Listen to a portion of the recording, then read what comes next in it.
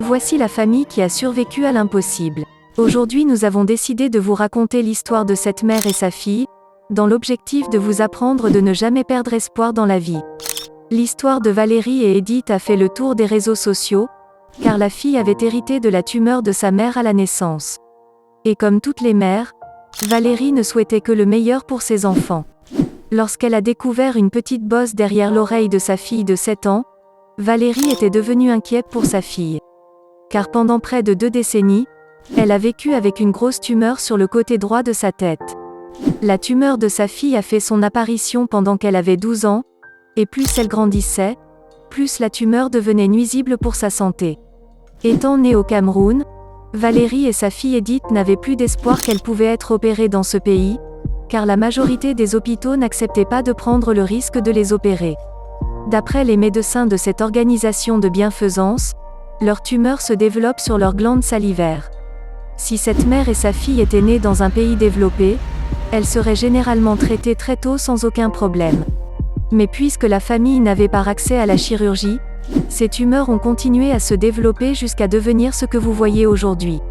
La tumeur de Valérie pesait 9 kg, et cela veut simplement dire que si sa fille n'avait pas été opérée le plus rapidement possible, elle allait aussi avoir une tumeur identique à celle de sa mère. Edith a déclaré ceci: « Lorsque ma tumeur a commencé à grossir, j'avais très peur. J'avais peur qu'elle devienne aussi grosse que celle de ma mère. Mais l'organisation Mercy Chips avait redonné espoir et une solution qui a changé l'avenir de cette famille. » L'organisation internationale à but non lucratif a été installée au Cameroun en août 2017, et des professionnels de la santé bénévoles ont effectué plus de 2700 interventions chirurgicales gratuites. Valérie avait entendu parler de cette opportunité, et elle n'avait pas hésité d'y aller pour changer sa vie et celle de sa fille. Elle avait pris la décision angoissante de prendre un risque, de quitter sa famille et de se rendre sur ce navire dans l'espoir de recevoir un traitement efficace. Et 6 semaines plus tard, Valérie est revenue au village en bonne santé, et c'est à ce moment-là que sa fille avait repris espoir.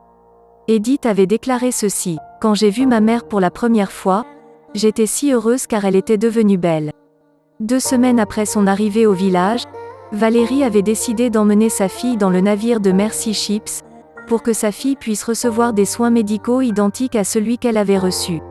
Valérie a déclaré ceci: « Je savais juste que tout irait bien, car j'avais moi-même éprouvé de la peur, mais en voyant mon bébé être soigné, j'étais confiante et heureuse. » Valérie et Edith ont également trouvé du réconfort en étant soignées par le même chirurgien au nom de Gary Parker, qui est un bénévole de longue date chez Mercy Chips.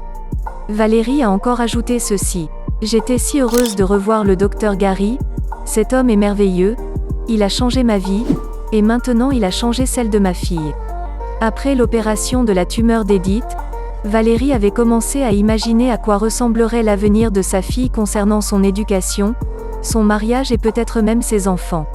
Leur histoire s'arrête par là.